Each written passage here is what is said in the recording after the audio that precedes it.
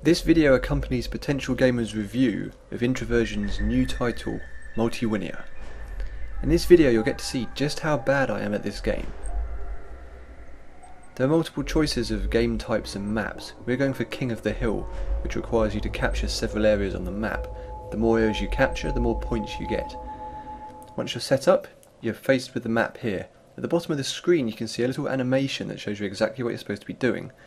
Every map has this, so you're never lost about what you're meant to be doing. In this particular game, yellow and green are played by humans, while the remaining teams are played by the AI. As the game starts, I set up an officer and order my little Darwinians to go into the central area. This can be a staging point from where I can move out to the other bases. As you can see, the circular areas change colour depending on who's occupying them. I'm now setting up a formation to move right into the middle. Meanwhile, you can see blue and red have already taken positions on the sides here. My officer back at base is still sending Darwinians over to the staging area. You receive more and more troops as the game progresses. I've now set up another formation which I'm going to take over to this other point, hopefully to get there before red arrives. Hostilities have already broken out here, between green and red. I've turned off my formation to allow my Darwinians to move independently. You can see them trying to avoid the grenades, although not very well. Unfortunately, as I decided to climb over a mountain, red's managed to get to that point before me. Blue has also taken this point, but we're going to go around the back here and try and take them out. As you can see, blue's already attacking my home base. That's not good. If you lose your spawn points, it's game over.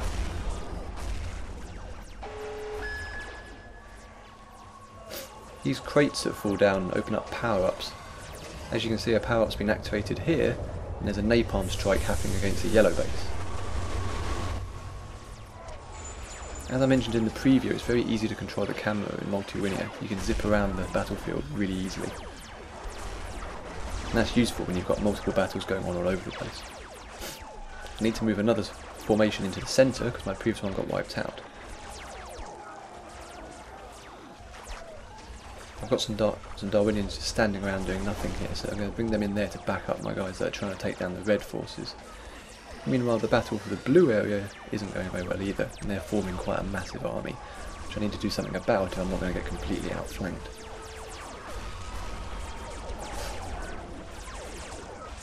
I can now generate a squad, which is a group of elite soldiers that I can control directly with the mouse. I'll move them in to try and give us the edge over the red people here.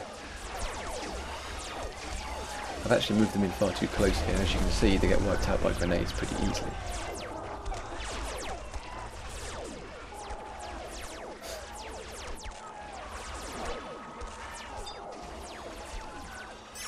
Officers are the key to the game.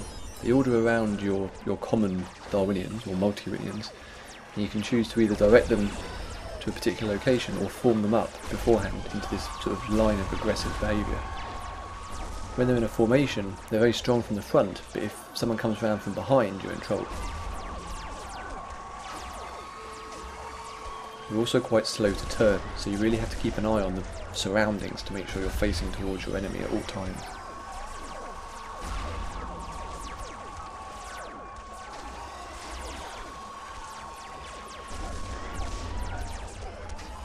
It's all getting a bit messy for me here. Meanwhile, yellow, who is played by a human, has moved into the centre. Our two armies are fighting against each other, while blue is kind of straggling around the edges. Blue is still giving me a hassle here, and I've actually lost one of my spawn points. I'll move my formation in closer to try and take it back. You can also select Darwinians in that manner, simply by holding down the mouse. You don't have direct control over them, but you can point them in a direction. The officers are more efficient though, as they stay there and continue to give orders even once you've moved on to a different area of the map. So as you can see, the new Multiwinians that are spawning out here are automatically moving in the direction indicated by the officer.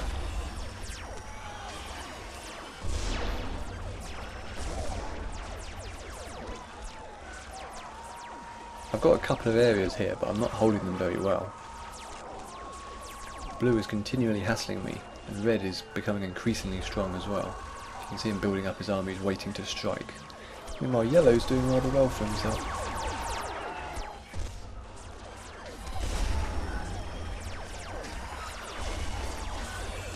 Time to try and take the fight back to the blue people.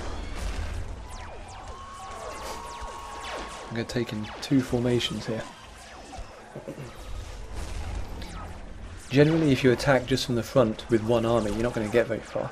If you can come at an aggressor from multiple angles, outflank them, then you're in with a chance.